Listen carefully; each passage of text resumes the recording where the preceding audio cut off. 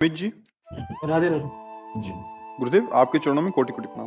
हे गुरुदेव, आपने बोला है कि चरित्रहीन व्यक्ति कभी सुख और शांति को प्राप्त नहीं कर सकता, लेकिन इसका जवाब भी आप दे चुके हैं, इसलिए डर कम लगता है। आप इन्हें बोला है कि अभी कृपा की हवा चली है, जिसको लाभ उठाना है उठा लो, जिसको मेरी बात पकड़नी है पकड़ लो, जिसको सौदा पक्का करना है कर लो।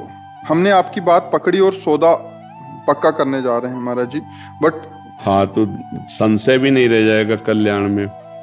बस पकड़ लो, अभी तक गलती करते रहे, अब लो नशानी, अब ना नशही हो। तो आज से नया जन्म मानो, आज से भगवान के मार्ग में सच्चाई से चलो, नाम जप करो, गंदे आचरणों से बचो, धर्म पूर्वक विषय सेवन करो। विषय सेवन भी धर्म पूर्वक करने का आदेश है। धर्म पूर्वक विषय सेवन करो, माता पिता परिवार समाज जो मिले, जहां अधिकार जैसा वैसे सेवा करो, अभी आनंद आ जाएगा। जो हम अपने इंद्रियों के सुख के लिए केवल तो पाप कर्म बनता है, और जब भगवान की आराधना के लिए सबको सुख देने की भावना, तो उससे मंगल हो जाता है।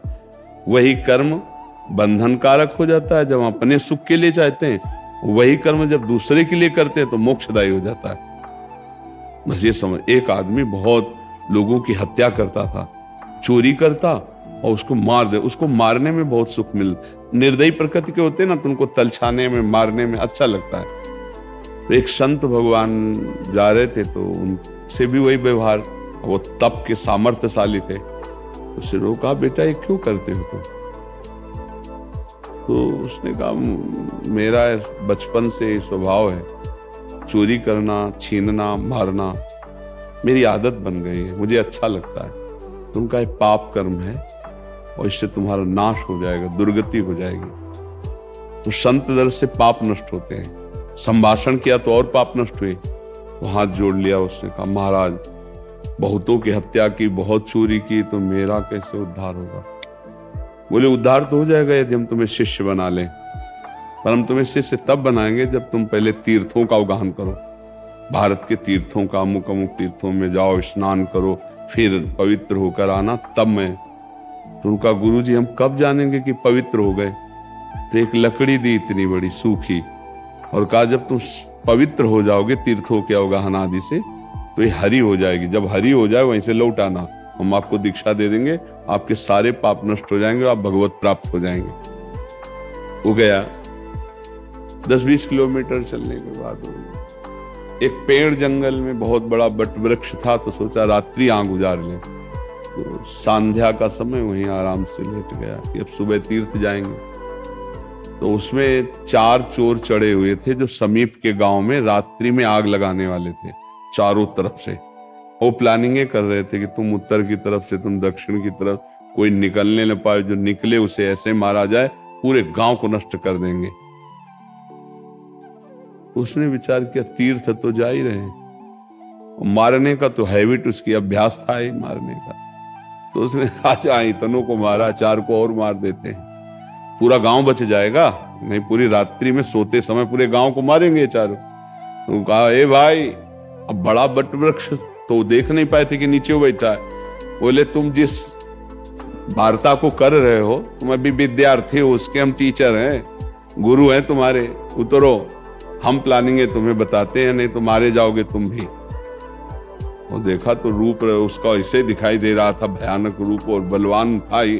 तो अब उतरेंगे तो एक ही एक ना, बड़ा वृक्ष था, जो उतरता उसी को मार देता। 4 को मार डाला। सोचा अब यहाँ हत्या कर दिया, यहाँ का को रुकेंगे, आगे रुकेंगे कहीं। लकड़ी उठाई तो हरी हो गई। उसने कहा, गुरुजी ने कहा था जहां से हरी हो जाए वहां से वापस आ जाला। गुरुजी के पास लौट गए। गुरुजी ने कहा कि हम जिस कुटिया में थे, वह हम जानते थे कि तुम तीर्थ नहीं कर पाओगे, क्योंकि तुम्हारा हृदय बड़ा निकृष्ट है। उनका, गुरुजी मैं वापस इसीलिए नहीं आया, आपने कहा था लकड़ी हरी हो जाए तो जान लेना तुम्हारा हृदय पवित्र हो गया। तो हम तो अभी कोई तीर्थ ही नहीं गए, लकड़ी हरी हो गई। बोले, कैसे? बोले, हम कोई पुण्य नहीं किया, 4 को और मार के आए हैं। तब उन्होंने बताया पूरी कथा। तो उनका, देखो बेटा, अभी तक तुम अपने स्वार्थ के लिए मारते थे तो पाप हुआ, आज पूरे गांव को, पशु पक्षी कितने लोग, सबको आग लगाते चारों तरफ से, पूरा गांव जलता, पूरे गांव की रक्षा के लिए तुमने 4 को मार दिया, तो तुम्हारे सारे पाप नष्ट हो गए।